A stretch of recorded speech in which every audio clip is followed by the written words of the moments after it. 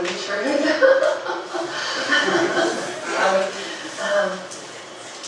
Yes, I'm hardworking, I'm honest. My friends would tell you that I'm pretty easygoing, that I'm real easy to be around, and I don't really make waves or anything at work, so I'm a really good employee that way.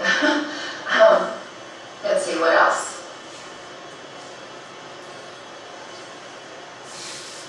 I guess that's about it. This isn't going well. I'll show you that one more time. She's giggling. She's not prepared. It's very easy in a practice situation to actually just think it's a bit of fun. But in the real interview, you cannot be unprepared. You cannot giggle at the interviewer. This is what I mean earlier by keep the correct tone, use the right tone. You have to look professional, you have to sound professional.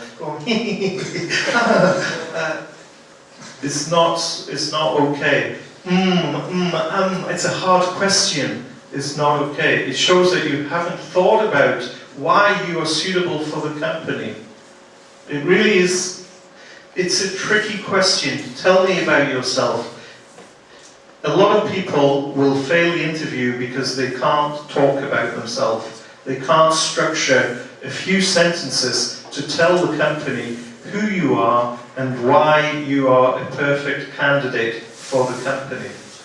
It's very simple. Every interview you can tell them about yourself, but you need to prepare it. Tell them about your skills related to the job. It's not only what you want, it's what they need. You must show that they need you as much as you need them. You would like to work for them. Not you need to work for them, not that you want their money. You have to show that you're interested, that your studies, everything that you've done in your life has taken you to the point where you want to work for them. This sounds very difficult, and it is very difficult in another language especially, but I believe all of you can do it in Chinese. So if you have a problem, if you don't know how to do it in English, then just raise your hand and ask one of the teaching assistants to help you, because I believe you can do it in Chinese. We'll just look at this interview one more time. The words on the side tell you what she's doing wrong. Because it's in English, you may think that it's not quite so bad, but actually she would not get the job, because she doesn't have a professional tone and she's not prepared.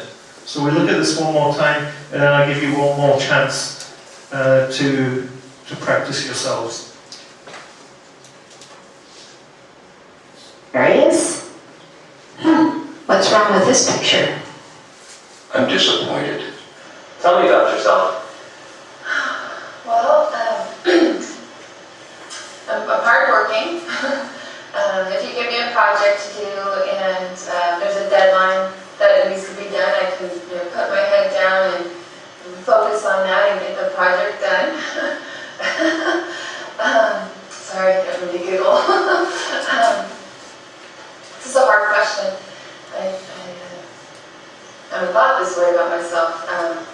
I'm very honest. You ask me something, I'll tell you the truth. Sorry.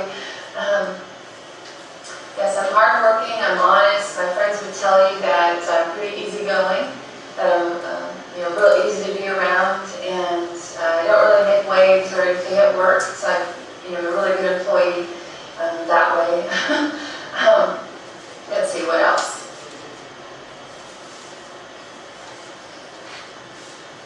I guess that's about it. Some of the information she gives is good. She talks about being hard-working, not making waves. She spoils it by giggling and saying that it's a hard question because she's not prepared.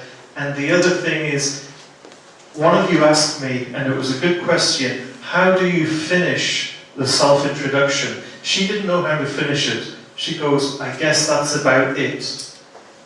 Finish the self-introduction sounding confident. An easy way to do it is to finish by saying why you want the job. After you've introduced yourself, why you say that you are suitable for the job, what your skills are, what your personality is, finish it by saying, I would like to work for this company because, for whatever reason that you have, and say it in a confident way, and that will be the end of the self-introduction, and the interviewer will then ask you another question. Okay, I'll give you another go, maybe one or two more goes, and then we'll call it a day very soon. One more time, practice with the person just next to you. Doesn't matter if you've already done it with them, do it with them again. So find a partner, introduce yourself.